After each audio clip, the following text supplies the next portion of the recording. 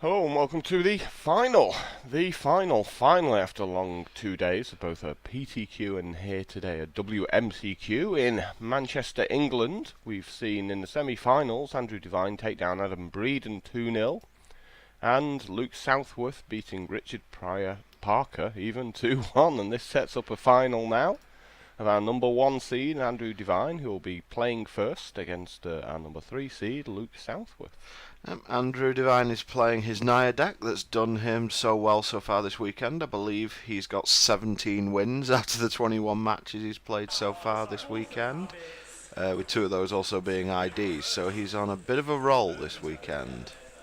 You can see his play match might just give away what colours he's playing to his opponents. Yeah, I'm pretty sure if anyone knows Andy when he's playing against him, he knows that it's going to be green, white, X that's going to be coming out of Andy. He's probably not I don't think he's known for playing much else, to tell you the truth.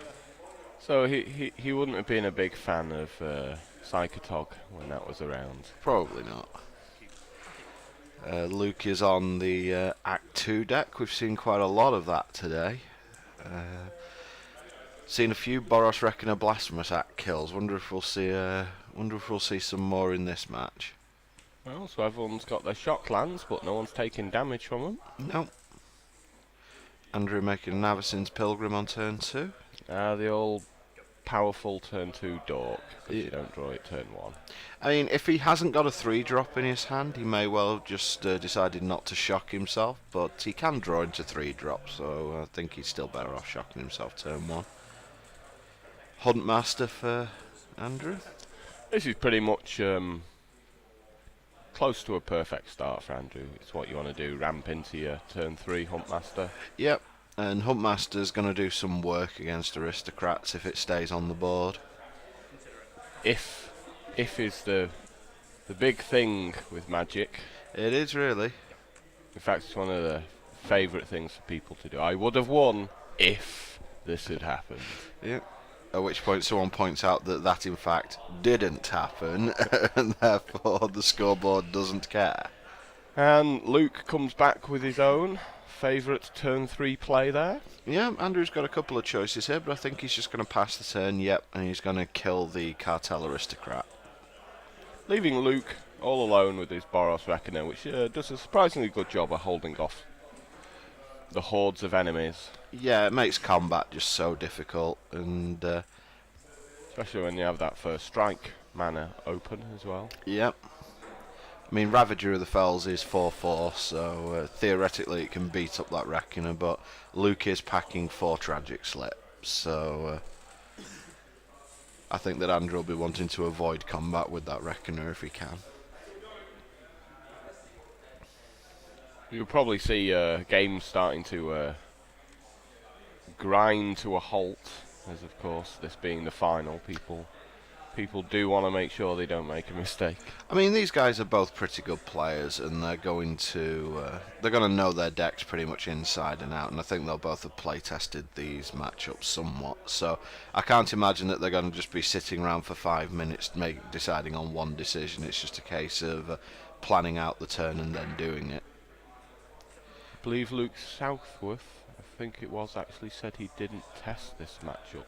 Oh, he didn't test it too much, no, but maybe he just didn't expect that much Naya in the field. He probably expected a lot more Jund, and that would probably be where you focus your turn. Because at the end of the day, most people only have, well, all people have a finite amount of time to test. Obviously, so anyway, there's an end-of-turn Restoration Angel blinking the Huntmaster, allowing Andrew to get another Wolf token. Yep.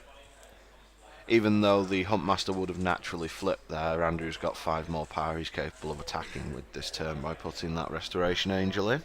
Well, it's probably just going to be the Angel by itself attacking. He's got a couple of choices here. He can pass the turn and reflip the Huntmaster due to certain nasty black creatures on Luke's side of the board that he won't want to see stick around. Yeah, I mean, one thing we do have to point out here is that Andrew is in fact facing lethal damage currently if Luke has a Blasphemous Act in his hand.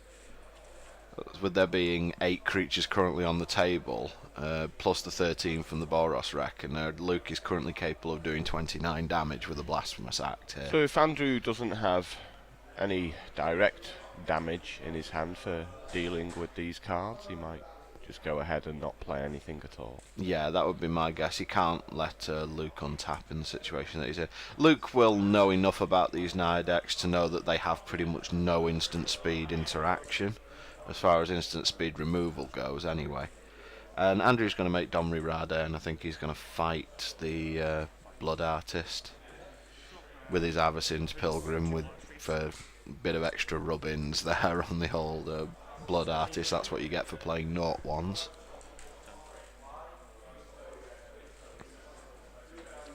I don't think Andrew. And Andrew passes the turn over to Luke.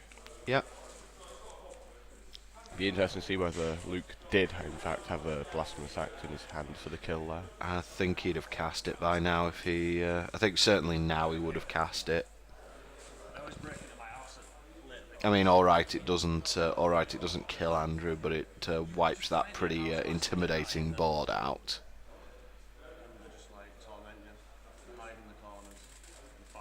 And he could do it for 1 mana as well, due to the. Not 1, he could do it for 2 mana due to the 7 creatures currently on board. But he's going for Falcon Wrath Aristocrat. Probably one of the weaker cards in this matchup for Luke.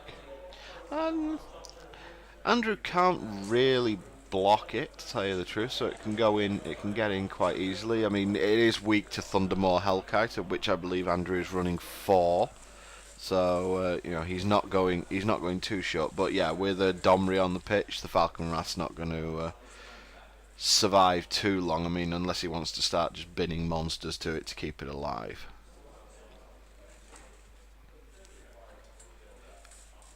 That's going to be a problem for Luke. You have any township there that can get out of hand very quickly.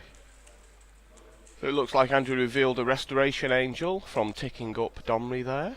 Yep, so she's probably the nut high at this point, so far as draws are concerned. I think so, just because this gives Andrew the ability to simply pass the turn here. I mean, he can pass the turn, flip over his Huntmaster, which is exactly what he's doing, shoot down the other Blood Artist, yep. And then he's got an Angel at end of turn to reflip the Huntmaster again. Yep, Luke's going to sacrifice the Blood Artist to the Falcon Wrath Aristocrat to make it indestructible.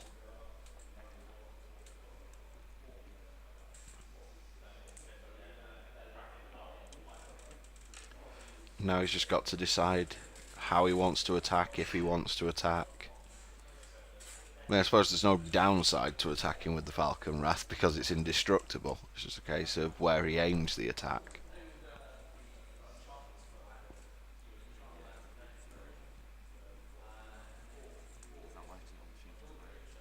Of course, his opponent will have potentially a 3/5 Angel if he wants to use the Gavany Township.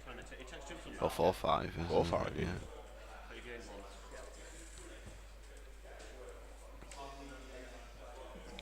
So the Falcon Wrath's really in a position where it can't block either due to that Gavany Township. I mean, in theory, Luke could drop his Boros Reckoner or his Cartel Aristocrat that he's just cast there to the Falcon Wrath, giving it a +1/+1 counter, so it can beat up the Angel even if he does use Gavany Township. And it is going to go in. Let's see whether Andrew remembers it's indestructible. I think that, especially if that Falcon Wrath's coming at him, I think Andrew just blocks anyway. So Andrew certainly won't want to get into Blasphemous Act range by dropping to 13. Yeah, and I think he probably wants to keep Domri round as well, so I think that even whether he remembers or not that the Falcon Wrath's indestructible, I think that this obviously is the we're not correct sure block. whether Luke's attacking Andrew or Domri in this case. I think the fact he didn't point it at the Planeswalker probably means he's attacking Andrew. Andrew's suddenly realising that the Falcon Wrath's indestructible, I think, here, because I'm pretty sure I heard the word trade come from Andrew there. One for those who are fans of Modo, sorry, in the live game, indestructible is not written across Falcon Wrath Aristocrat when something is done earlier in the turn.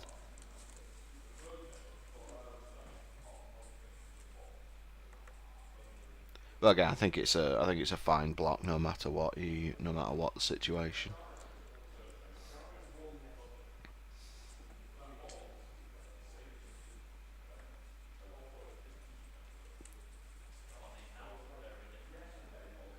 Is this Lingering Souls from Luke? Yep. So Luke's recovering nicely from what looked like a pretty bad board position early on. I see a Thundermaw Hellkite in Andrew's hand, so those spirits might not be long for this world. But we should be seeing the Angel here end of turn. Yep. Again, the Huntmaster is just going to naturally flip, I think, this turn, but...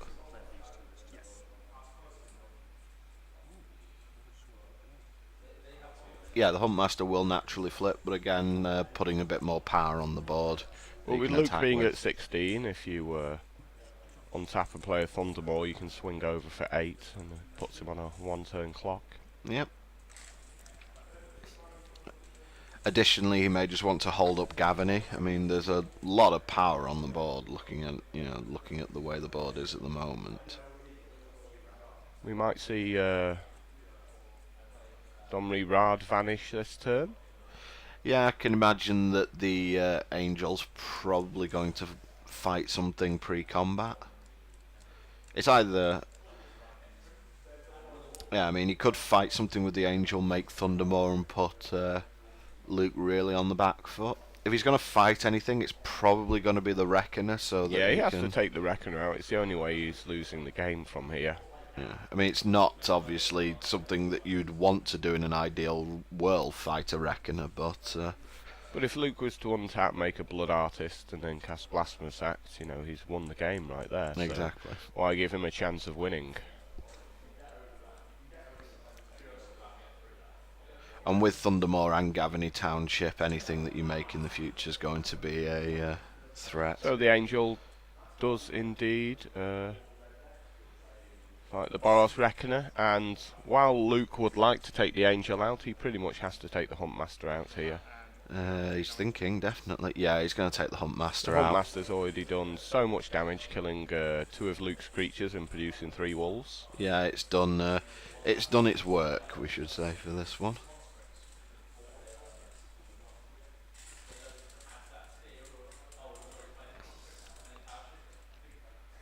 So now Andrew's got to decide how he wants to attack here, whether he wants to put the Thundermaw Hellkite into play and clean up Luke's spirits. I think he should be swinging for 8 here with his flyers. He might just consider attacking with the Angel and the 3 wolves and just pumping. I think that does slightly less damage, but it also means that if Luke holds back his Falconwrath Aristocrat next turn, that Andrew can just attack for lethal thanks to the Thundermaw's ability. The other option that Andrew's got here is that he can attack in. If Luke doesn't block, he can use he can lay his own Boros Reckoner that he's got in hand there, which means that Luke can't Blasphemous Act, because if he does, he'd die.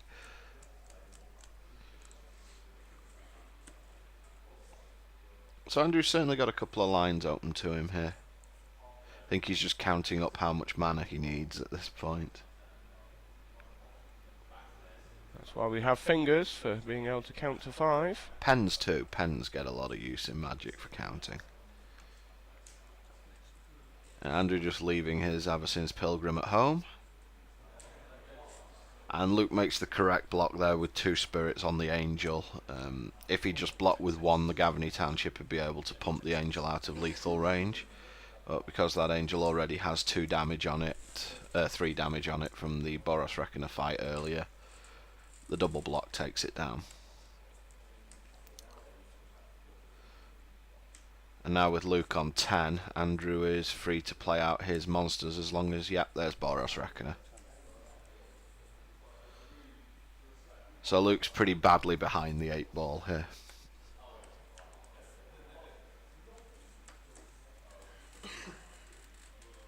Especially since we know what's in Andrew's hand.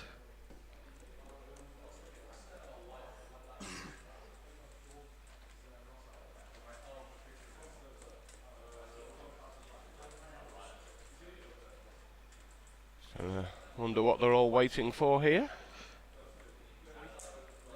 Waiting for Luke to attack, which he does. With the Aristocrat, taking Andrew down to 15.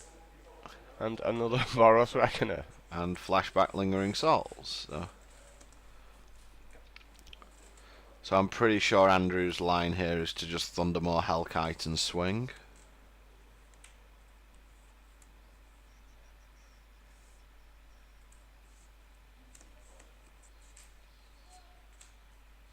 Moving around his mana. Well, Thundermaw Hellkite takes down those two spirits. And I think that's lethal, especially with the Reckoner attacking as well. If he remembers to attack with the Reckoner. Yep.